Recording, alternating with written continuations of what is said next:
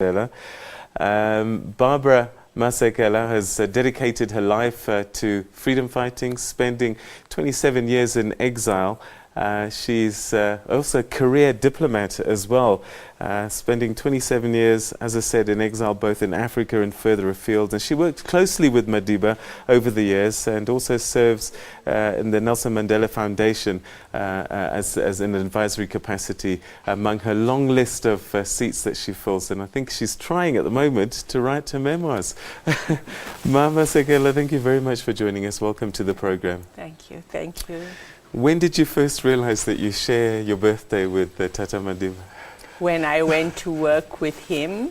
Was that the first because time? suddenly nobody recognized my birthday. It was just Madiba's birthday. And then people also discovered that it was Mrs. Adelaide Tambo's birthday. Wow, wow. So sometimes we would get mentioned as they mentioned Madiba's birthday, but he was always very good about it and always made a point of saying happy birthday. And even after, you know, I was no longer working with him and I was in the diplomatic service, I always used to get lots of flowers on my birthday. And I'm sure in large part it was thanks to Grasa Machel that I got those flowers. Wow. Yeah. So I know you spent a lot of time with him, working with him closely, but I want to take you back to your childhood, because that was the first time you actually came into some kind of space with Tata Madiba. Tell me your first recollections and what was the context?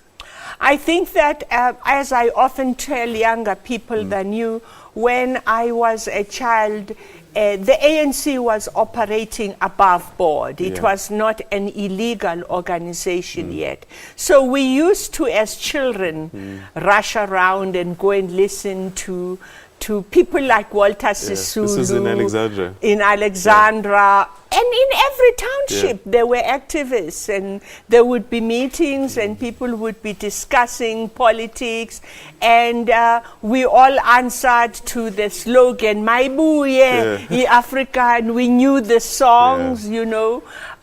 We knew about Luthuli. And many of us also went to boarding schools. You know, for instance, I went to Inanda Seminary, where they made it a point to expose us to leaders of the community, of the African community, people like Luthuli, Yengwa, MP Yengwa. They used to come to our school. So were they the rock stars of their day? Did you have a sense that, oh my goodness, these are important people? And were you just a child listening to things, or did you actually have this feeling, oh my goodness, you know, Nelson Mandela? I wouldn't say rock stars because, I mean, the concept didn't exist in that sense, you know. But I would say that we became, even as children, we were aware that we were living in a society where we were not equal, where things were getting worse, where there was a shrinkage on a daily basis, and where people were continually referring to the past in cryptic terms, and in terms of dispossession, of dislocation. And we were, our grandparents were the first inhabitants of the urban areas.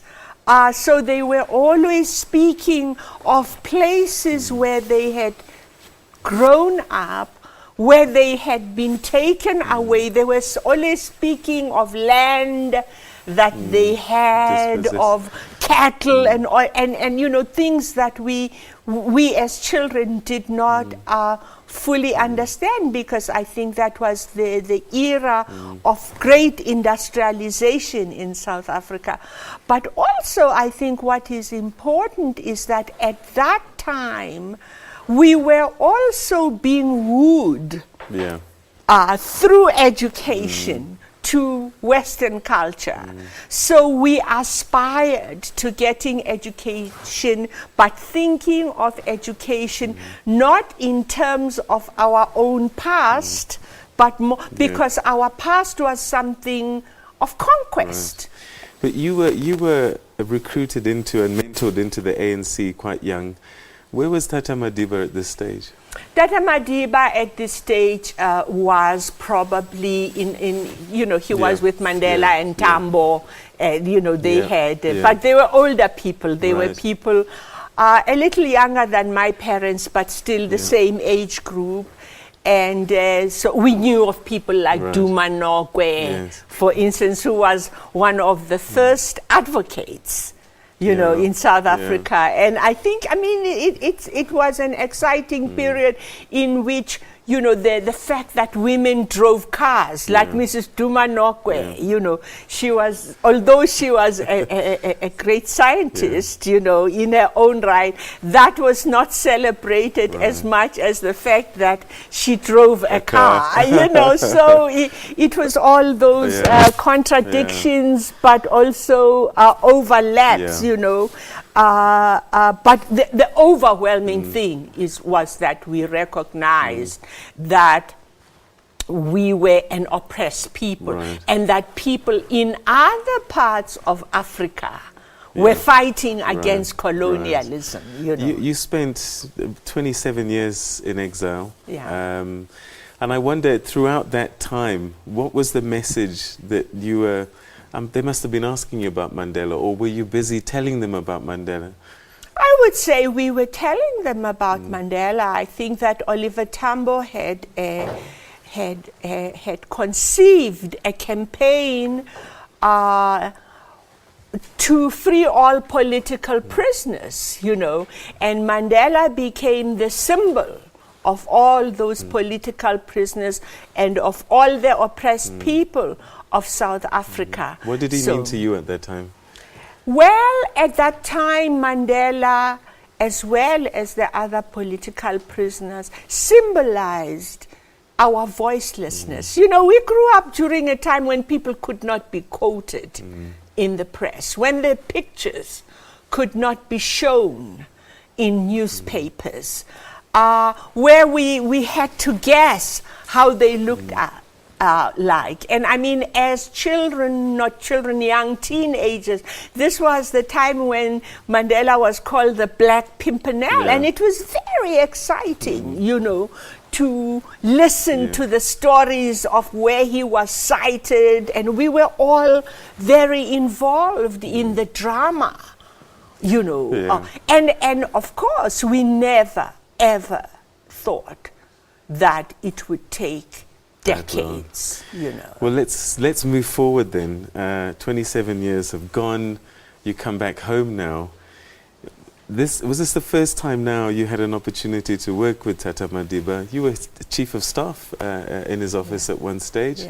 Tell me about that first meeting and working with Tata in those days. Well, when I came back from Lusaka, I had been working as Secretary for Arts and Culture in Lusaka, and when we came back to South Africa, I was working with Thomas Nkobi, who was our Treasurer General in the fundraising, and Lindiwe Mabuza was the representative of the ANC in the United States.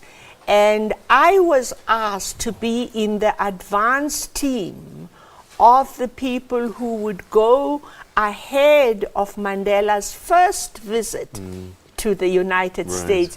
Because I had studied and worked in the United States, I was asked, and I'd been in the anti-apartheid movement there, I was asked to go there to prepare for Tata's trip to the... And it was just one of the most exciting, I can't even describe it, the excitement of the world at seeing Madiba in the flesh. I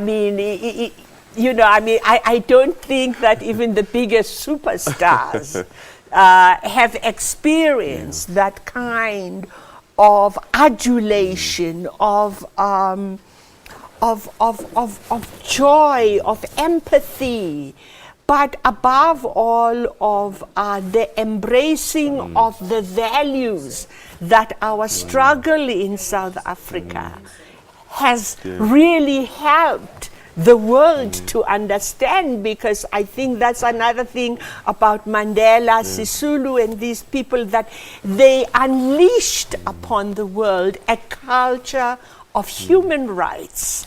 What was he like in the early 90s? He'd just come out of jail. We were busy going through this transition. What was it like for him, A, adjusting to being outside, and also close to this new dispensation?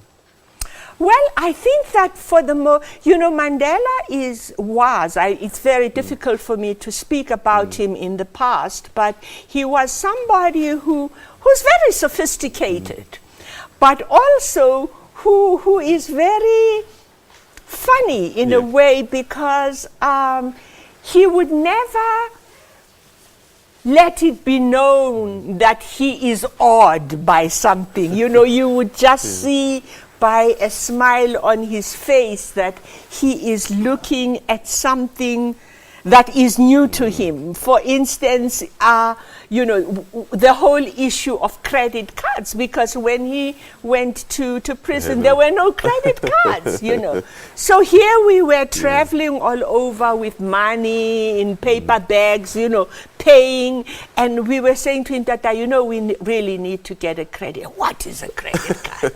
No, I don't think that's a good idea, Barbara. But I mean, so it was things like that, and he always still kept a purse where he kept small change. Wow. It was when we were buying lunch in the office, for instance, he would always take out those pennies from them, and we would say, no, we'll buy the lunch for you, we don't want to count pennies. But there were, aspects that of his experience that showed that he had been away from the world. But he was so natural and so open. He asked questions, and above all, I think he trusted so closely the people he worked with. There was not that kind of cleavage, that kind of cavernous, class thing, Unfortunately, we run out of time, but it's just maybe one question, kind of your fondest memory, and also how do you think we should remember him?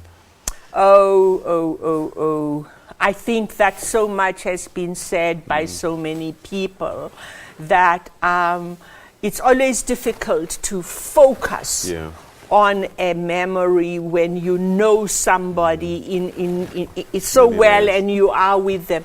But I think one of the funny things, not funny, that people don't talk about is that he was a very vain man about how he looked and how he dressed. And in the office, when visitors were coming in, just before we would say, Tata, so-and-so is about, we're bringing in so-and-so. And the first thing he would do would be to fix himself and posture himself in that wonderful princely way to receive them. Wow. Yeah. Barbara Masekele, thank you very much indeed for sharing your thoughts and your memories with us. It's been a pleasure talking to you. Yeah, no, it's great. It's great. I think we're very fortunate, fortunate. And I think we should emulate Mandela. Instead of, enumerating everything, we must really emulate him. Thank you because so much. he's given us enough lessons. Thank you. And we look forward to your memoirs as well.